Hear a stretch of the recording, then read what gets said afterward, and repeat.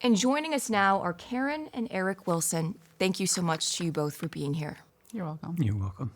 So it's hard to believe it's been nearly 4 years. And we read that you guys were involved with the documentary film from the start. Why was it important to you to have Moriah's story told in this way? Well, for me, I think Moriah was just had a beautiful spirit and character, and I think it was just important to us to have that told in a way that was not told in some other previous publications, and we just really felt that people could learn from her story and that we can learn from her story.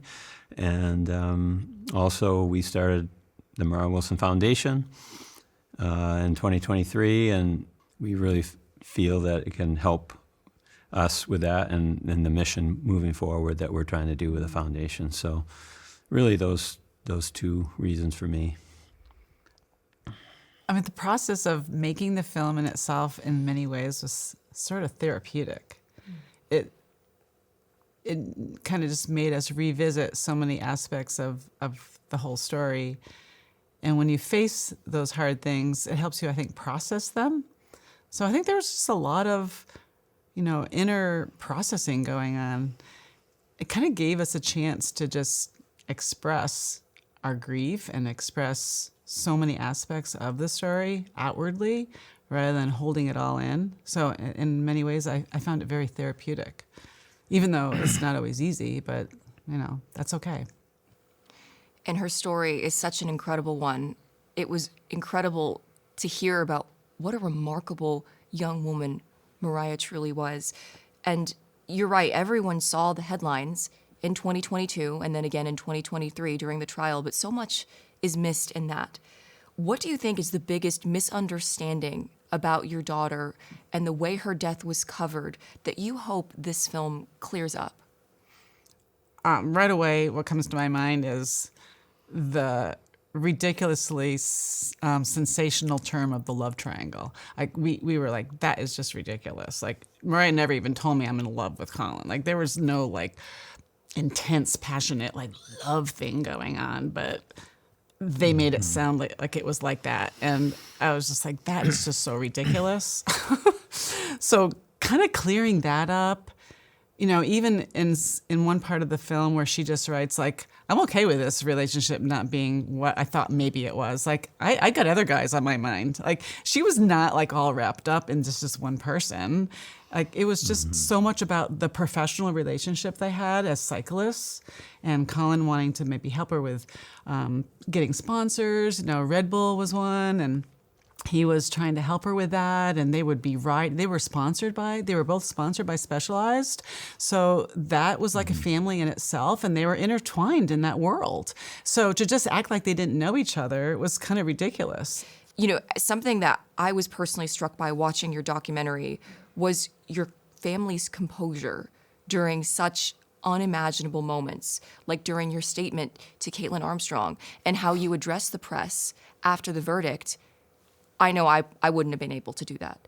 So how were you able to do that, and what's going through your head in a moment like that? A lot of prayer. Yeah. I mean, I give so much credit to my strength from my creator, and I depend on my faith. People are like, "Oh, you're so strong." It's not me.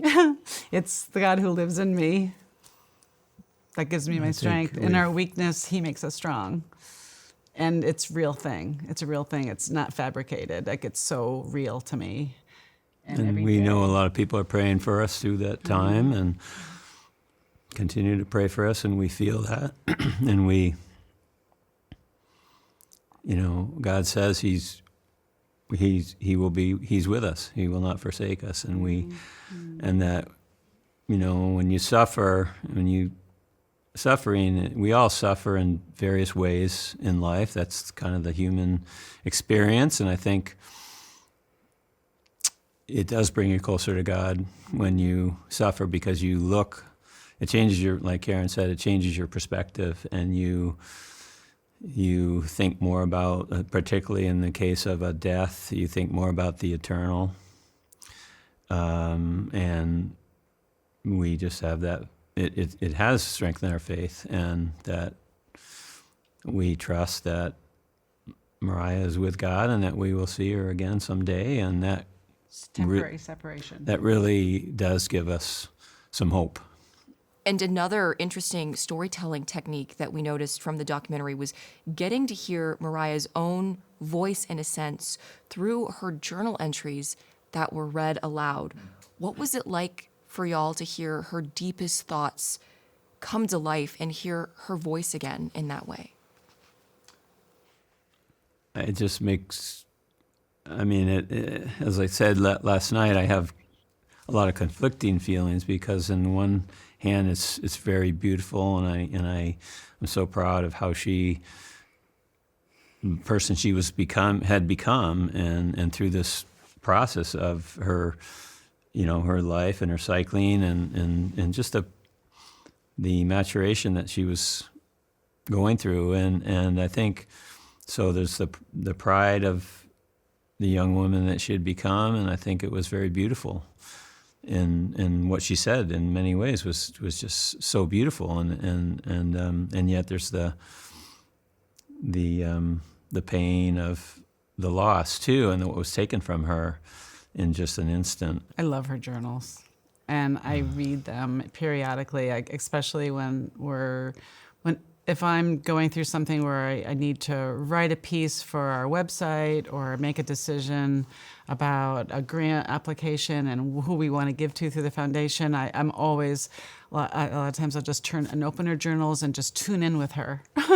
and some of her words are just, I just love them. And those, of course they were private and they were her internal thing, but I think sharing that with the world is a good thing. It's not a bad thing. And I don't think we're violating her privacy or doing something that she wouldn't want us to do.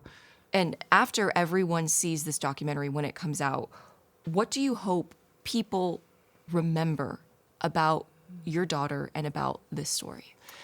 I'm hoping that people will walk away wanting to live their life full and with joy and with kindness and with integrity and with the things that are really important. Like, you're not going to say at your deathbed, man, I wish I worked more. Yeah. Or, man, like, live your life intentionally.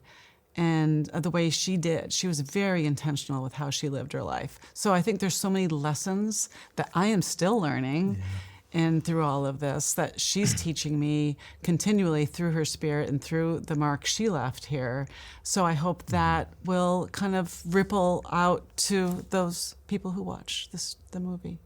Well, Karen and Eric Wilson, thank you so much for joining us and for sharing your daughter's story. The Truth and Tragedy of Moriah Wilson comes out on Netflix on April 3rd. Thank you. Thank you.